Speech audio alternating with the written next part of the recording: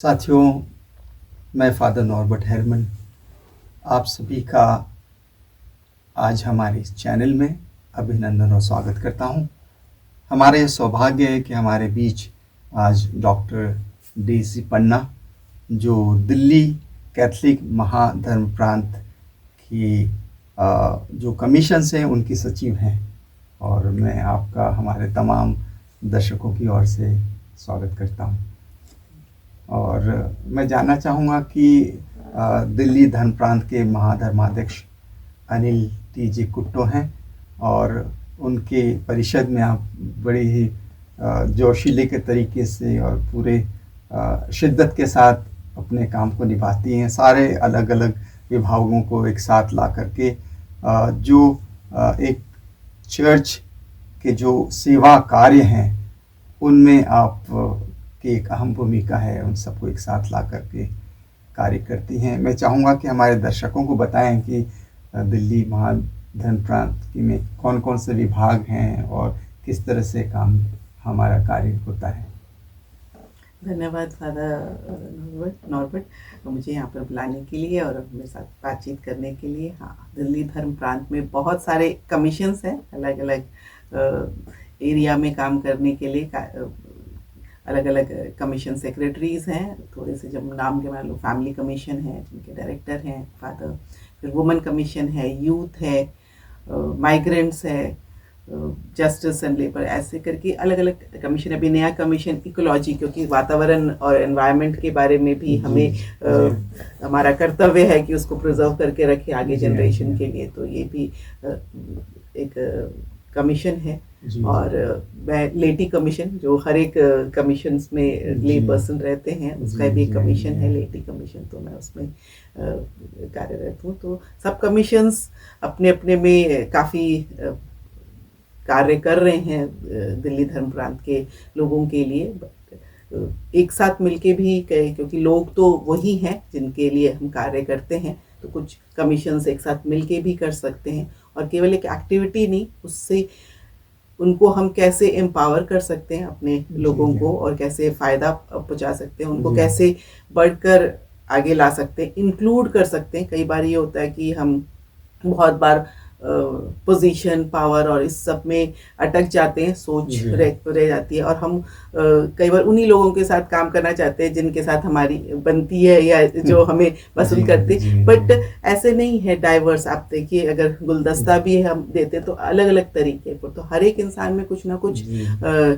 खूबियाँ होती हैं, हमें वो पहचानना है और लोगों को भी आगे लेकर आना है। और कैसे, किस तरीके से कर सकते हैं, चाहे वो छोटे बच्चों के लिए हो, यूथ के लिए हो, हमारी महिलाओं के लिए हो, हर तरीके के लोगों के लिए हम कर सकते हैं और मौका दे सकते हैं आगे आने का। मेरा तो जो वो है रोल मॉडल है वो जीसस क्राइस्ट ही है, क्योंकि वो सर्वेंट लीडरशिप है। जैसे उन्होंने अपने डिसाइपल्स को एम्पावर करा कि वो जब चले भी जाए तभी भी कार्य रहता रहे, तो एक लीडर का सही मायने में कर्तव्य तब पूरा होता है जब वो नहीं भी रहे, लेकिन उनका कार्य आगे करने के लिए और लोगों को आप एम्पावर कर पाए। तो मेरा तो यही है कि ये सब सारी चीज़ें, वो एक ही मकसद है जो मसीह ने कहा कि मैं इस दुनिया में इसलिए आया कि तुम्हें जीवन मिले, न केवल जीवन, परिपूर्ण जीवन मिले।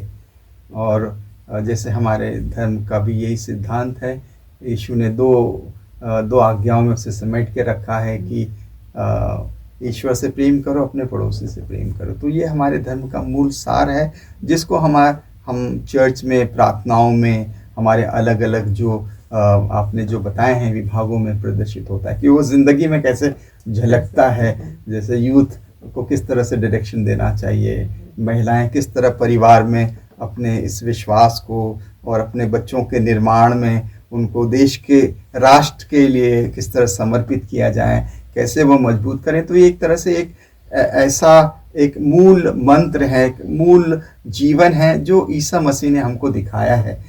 तो इस परिप्रेक्ष्य में आज का समय बदला है। हमने देखा है, ज़िंदगी के तमाम संघर्षों को देखा है, कोरोना काल में देखा है कि ज़िंदगी और मौत से लड़ते हुए देखा है। अब हम संभले हैं, चर्चों में समझे हैं, हमारे दूसरे जो अन्य धर्म के भाई बहन हैं वो भी सब एक साथ मिलकर के हमारे इस राष्ट्र को किस तरह से आगे बढ़ाएं, किस तरह से हम एकता और सद्भाव में आगे बढ़ते रहें। तो ये जो कमीशंस ने आपने कहे हैं, तो किस तरह से कमीशंस काम करते हैं? कमीशंस के लाइक टेन्योर होता है जिसमें अपॉइंट होते हैं सेक्रेटरी। तो सेक्रेटरी और दोनों हमारे जो धर्माध्यक्ष हैं वो चेयरमैन है किसी न किसी कमीशन के। तो कुछ कमीशंस के हमारे बड़े बिशप साहब हैं और कुछ कमीशंस के हमारे ऑक्सिलरी बिशप दीपक हैं। तो उनके नेतृत्व में फिर वो कमीशन डिसाइड करता है। बट उनको जो प्रैक्टिकल एस्पेक्ट है कि कैसे हम कर सकते हैं, अभी जो हम देख रहे हैं कि बहुत एक्टिविटी में फोकस्ड रहते हैं कि ये डे मना लिया, वो डे मना लिया, लेकिन वो चेंज नहीं आ रहा है। तो मैं कई बार पूछती हूँ कि नहीं मतलब उनसे ही पूछा जाए लोगों से कि क्या चाहिए, क्या चीज़ में हम उनकी मदद कर सकते हैं। और बहुत बार लोग को रिकग्निशन चाहिए, वो ज़रूरी भी है कि हाँ कोई काम कर रहा है तो उनको रिकॉग्नाइज किया जाए, लेकिन कई बार उसमें ही फंस जाने की वजह से हम लार्जर विजन नहीं देख पाते। तो आगे भी कार्य करने के लिए हमने सोचा, और जब तक खुद आगे बढ़ना ही काफी नहीं है और लोगों को भी आगे बढ़ाना ना, वो एक गाना भी है ना, खुद को बचना काफी नहीं है और औरों को बचाना भी जरूरी। तो जो चर्च है वो परिवारों का एक चर्च है ना, families of church of major families. तो ऐसे नहीं कि बस मेरा परिवार आगे बढ़ जाए या मेरे बच्चे आगे बढ़ जाए, ऐसे नहीं होना चाहिए। वो हर परिवार पे। तो उसी तरह हर एक कमीशन भी देख सकता है कि किस तरीके से हम करें, कर भी रहा है कार्य, बट अब जो कर रहे थे उससे और बढ़ने बेहतर कैसे कर सकते हैं वो देखना है।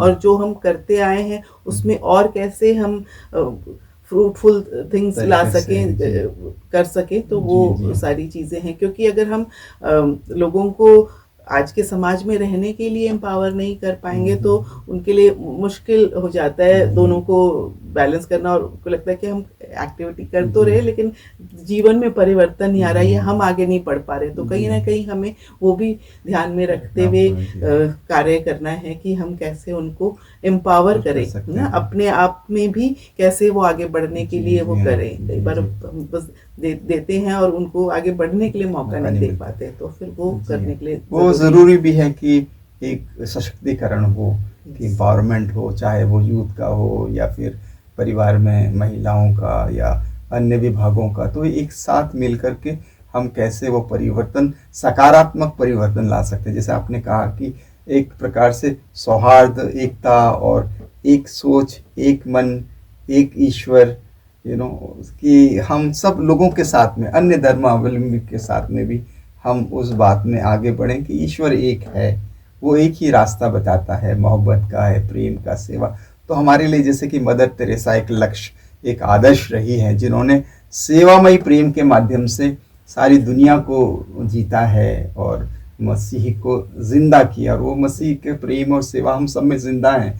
तो ये परिवर्तन आज के समय में और आने वाले समय में किस तरह दिखाई देगा और किस तरह से हम अपनी कलीसिया को, अपने चर्च को मजबूत कर पाएंगे आने वाले समय में, आपके विचार जानना चाहूँगा। ये बिल्कुल, जब आप बोल भी रहे थे तो एक चीज मन में आ रहा था कि जैसे संत पापा ने कहा ना, सिनरैलिटी। जब तक हम एक दूसरे को सुनने के लिए तैयार नहीं है, समझने के लिए, जब भी हम बात करते हैं ना, हम पहले से ही अपने मन में एक धारणाएं बना लेते हैं कि ये ऐसे बोलेंगे, ऐसे बोलेंगे। लेकिन कई बार उससे निकल कर अगर हम आगे बढ़ेंगे, क्योंकि सीखने का कोई उम्र नहीं है, तो हम एक बच्चे भी सिखा सकते हैं हमें बहुत सारी चीजें, और कोई भी। तो अगर जब हम सुनने के लिए तैयार रहेंगे और समझने के लिए, तब हम जरूर आगे बढ़ेंगे। थोड़ा पेशेंस रखना पड़ेगा, थोड़ा कोऑपरेट करने के लिए है, और जो अपने मन में रहता है कि ना नहीं ये क्या मुझे बताएगा, एक धारणा रहती है ना, वो नहीं रहनी चाहिए। और इंक्लूजन जो बोला है ना, हर तरीके का, हम बस वही कुछ तबके के लोगों को लेते हैं या कुछ लैंग्वेज के लोगों को लेते हैं या कुछ कम्युनिटी के साथ ही करते नहीं। वो क्रॉस जब तक नहीं है तो मुझे लगता है कि as a leader, as a member जो एक्टिव हैं, ये चीज़ें अगर फॉलो करें तो डेफिनेटली हम आगे कर सकते हैं। बट उसके लिए एफर्ट लगाना पड़ेगा, प्रयास करना पड़ेगा और ओपन रखना रखना है, अपने आप को इंक्लूड करना है लोगों को, और सर्वेंट लीडरशिप में जैसे आगे बढ़ाने के लिए आप पीछे से गाइड करिए, उनको हेल्प करिए, मौका दीजिए करने के लिए। तो फिर मुझे लगता बहुत है बहुत अच्छी बात है कि आपने जैसे कहा कि संत पिता, संत पापा फ्रांसिस ने उनके जो प्रपत्र आ रहे हैं उनमें सबको शामिल किया है कि सारा ब्रह्मांड, सारी पृथ्वी हमारा उनके प्रति भी कर्तव्य क्या है। तो उन्होंने एक लीडरशिप बताई है सारी दुनिया को। तो उस पर आप बात करना चाहेंगे कि किस तरह संत पापा ने सारे लोगों को, समस्त ब्रह्मांड को लेकर हमारे पृथ्वी के प्रति क्या कर्तव्यता है, क्या भूमिका रहनी चाहिए, क्या कमिटमेंट होना चाहिए। ये जो हमें मिली है नेचुरल चीजें जिसके लिए हम कई बार थैंकफुल नहीं होते, जैसे हवा है, कहीं ना कहीं हम ही जिम्मेदार हैं उसको पोल्यूट करने में, और जो रिसोर्सेज हैं उसको भी हम खंडित करते हैं अपने लिए करने के लिए। तो हमारा भी दायित्व है कि हम उसको प्रिजर्व करके रखें, और रिस्पॉन्सिबिलिटी होनी चाहिए। सब हक जताते हैं कि ये चीजें हैं, लेकिन हक के साथ साथ जिम्मेदारी भी है। एक मूवी का है ना, विथ पावर, जैसे हमारे को भगवान ने दिया है कि हम सब चीज़ों को, जब वो संसार की क्रिएशन कर रहे थे कि ये मैं आपको देता हूँ और आप उससे अपने लिए जीवन कर सकते हैं, बट वो पावर के साथ हमें रिस्पॉन्सिबिलिटी भी, अपना कर्तव्य भी निभाना है कि हमें केवल यूज़ नहीं करना, उसको रिप्लेनिश कैसे करना है। तो ये संत पापा ने बहुत अच्छी तरह से कहा है और अर्ज किया हर एक जने को कि हम सबका, प्रत्येक जने का कर्तव्य है कि कैसे प्रिजर्व करेंगे, नहीं तो हम खुद ही अपने लिए विनाशकारी एनवायरनमेंट क्रिएट कर देंगे आगे जाकर। तो हमको जल बचाना है, हमारी जमीन को बचाना है, हमारे वृक्षों को बचाना है। किस तरह से हम स्वाभाविक नेचुरल जिंदगी को ईश्वरीय आध्यात्मिकता के साथ जी सकते हैं। डॉक्टर डेसी जी, बहुत बहुत शुक्रिया हमारे दर्शकों को आपने इस चर्च की जानकारी दी। और मैं तो यही कहना चाहूँगा कि ईसा मसीह का यही कहना है कि जी लेते हैं हर कोई खुद के लिए, जी लेते हैं हर कोई खुद के लिए, जरा जी के देखो कभी औरों के लिए। तो वो यीशु का बलिदान है और हम इसी को पास का पर्व मनाते हैं। पुनः आपको सभी की ओर से बहुत बहुत शुक्रिया, धन्यवाद।